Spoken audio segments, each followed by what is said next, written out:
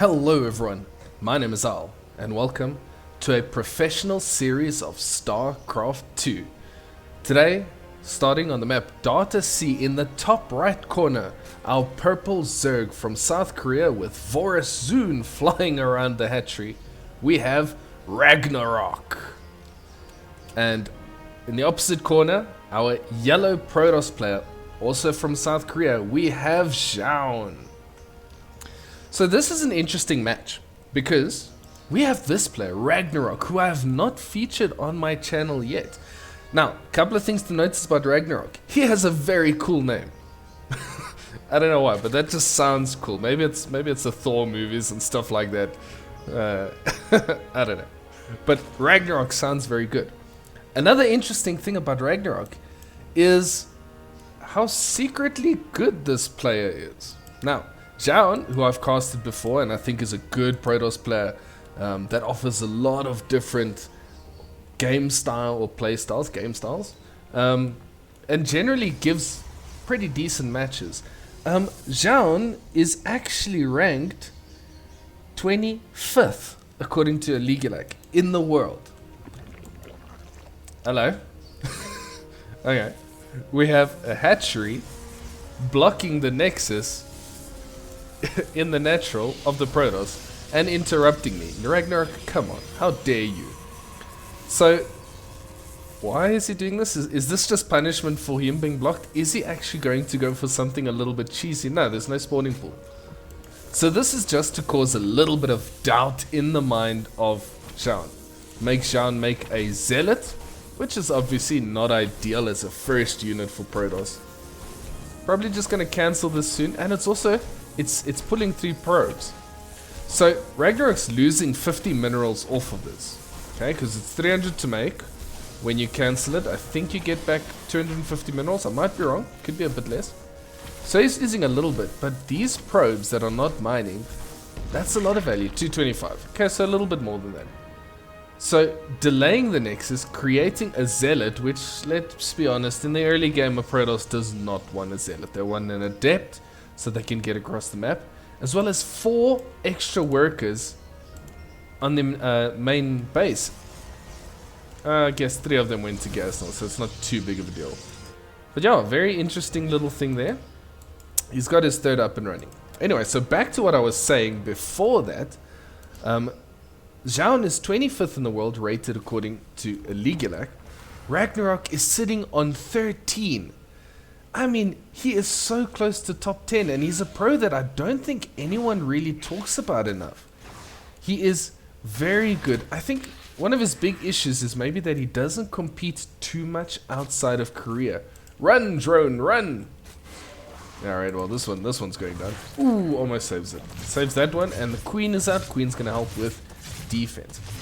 So I'm very interested to see what RagnaroK is going to do. This is, by the way, a best of 3 series. So we'll see how these players react to each other as the series continues. We see an Oracle coming out from Zoun.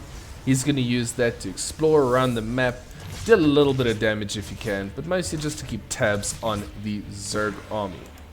A couple of Zerglings, nothing too major at this stage. Zoun is ahead in workers, which is not ideal for a Zerg player. Yeah, so that hatchery block is nice and all, but he didn't really capitalize on the workers. I mean, there hasn't been that much damage. 2 workers down. Maybe he's going to start working on them now. He did get a lot of early game Zerglings. I think maybe he was anticipating a bit more of, pressure with the Adepts. Because these are not enough Zerglings to do any damage with. Maybe he thought there were going to be more Adepts, but anyway. Alright, so here we go. Zoun going for a Void Ray. We haven't seen that in a very long time. Zoun's still very much a fan of going into that Void Ray. Some good damage here from this Oracle. 5 workers down for an Oracle. In 2022, that's not bad. Zerglings pulling off a cancel. Yeah, that's always very nice. Gonna get a worker as well and then get out of there. The Void Ray, not enough to cancel that. Or at least to prevent the cancel. Yeah, interesting little opener between these two. So it looks like it's... Whoa.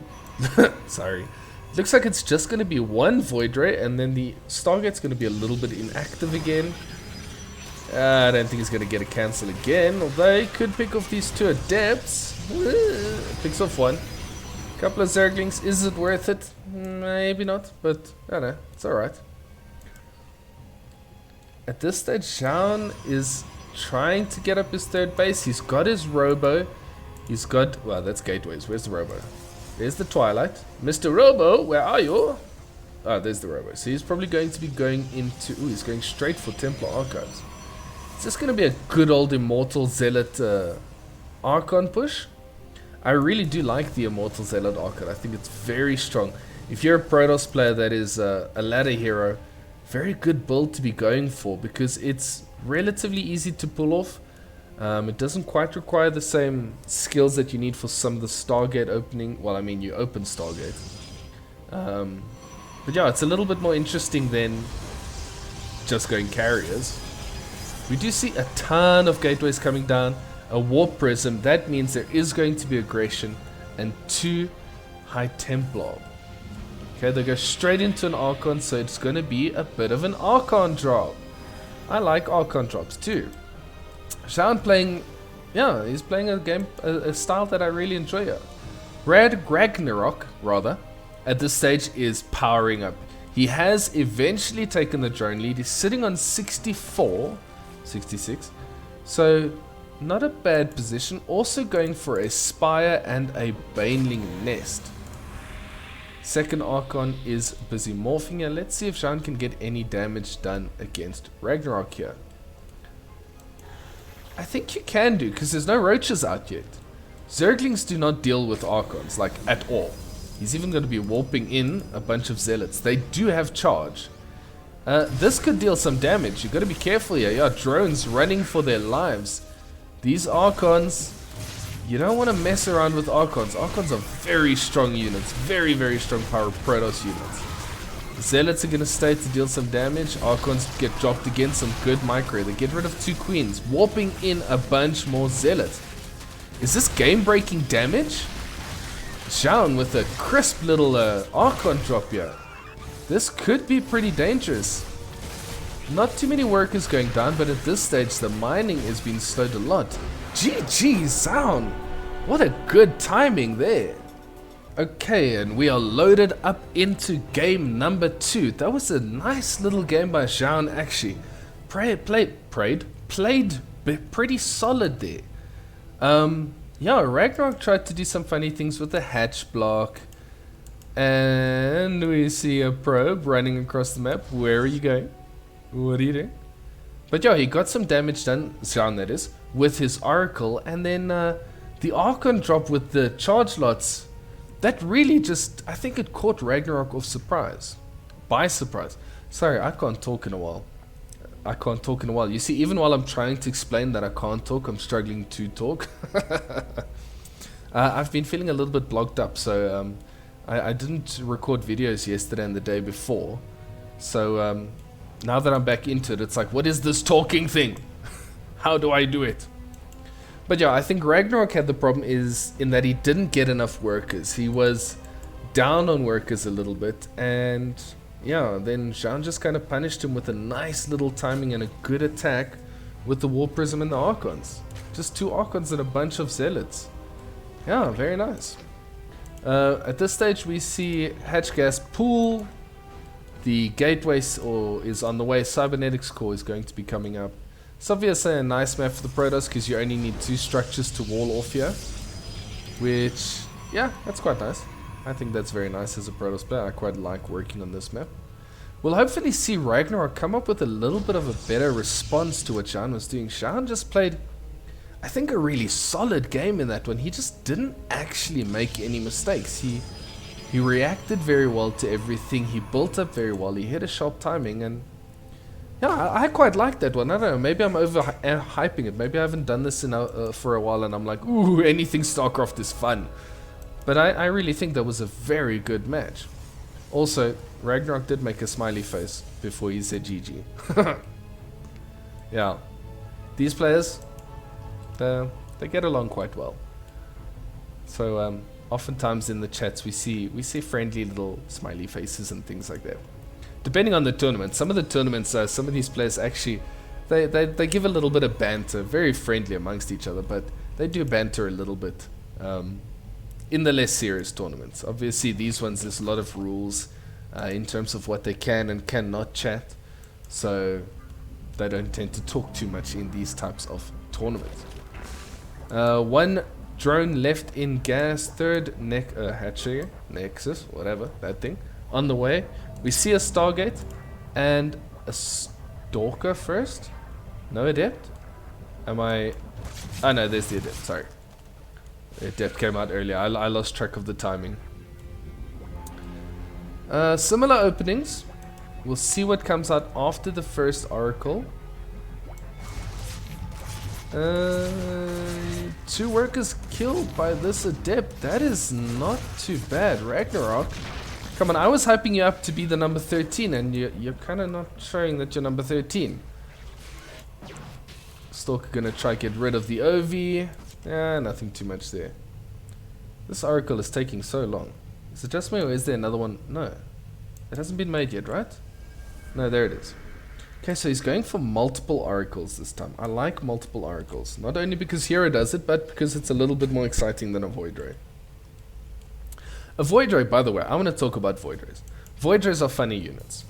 At lower levels, and I've experienced this back in the days of being a lowly silver pleb, they are so irritating because your Silver League opponent would make 1,000,000 Void Rays and kill everything you have. Like, easy, without even trying. But then when they got to the pro level, they sucked. Like, no one made Void Rays for the longest of time. They were just such a terrible unit. That's 5 workers done again, by the way. Zoun getting some real value. Ooh, and he does get it out safely. So yeah, they were popular in the Silver Leagues, and even I think up to like Gold Platinum League, you would see a lot of Void Rays, but then they fall off so hard. Then came the time where the Void Rays got buffed, and everyone was going Void Rays into carriers, and that was the meta for, I don't know, like a year long? It could even have been more. It was actually at that time where I stopped playing a lot of StarCraft, because playing against Protoss, no offense Protoss players, was just frustrating because everyone was going Void Rays. And they did it because it was pretty strong. Then we get to 2022, the Void Ray gets the slightest of slightest nerfs, and everyone stops using it. Although I do say that people stopped using the Void Rays, not so much because of the little nerf that they got, because it was really tiny, but because of a Protoss player named Hero, who decided that instead of making all these fancy flying units, he was just going to make a bunch of Blink Stalkers, a bunch of Zealots, and a bunch of Workers, and kill his opponents all the time. And that's where we are with our new meta, which I really like. I think Zerg versus Protoss is in a very good position. The matches are quite exciting. We see a lot of early game damage now. We see a variety of openers. Like, even though this was a Stargate opener, it's gone into the Templar archives and it's gone into a Robo again, so we could actually see the exact same thing again. I'm hoping that RagnaroK's actually able to defend this, so that we can see a little bit of a better scuffle in the early game, maybe going into late game. But yeah, maybe now we can actually see the Zealot Archon Immortal push. Yeah, it's a playstyle that I really enjoy doing in my own matches. Yeah, there we see the Archons. Are we going to see Immortals? I don't know, because there's no Roach Warren. RagnaroK, what are you planning on going for? Spire again. We didn't even see the Spire come into play there. This is another reason, by the way, why Protoss love the Stargate opening.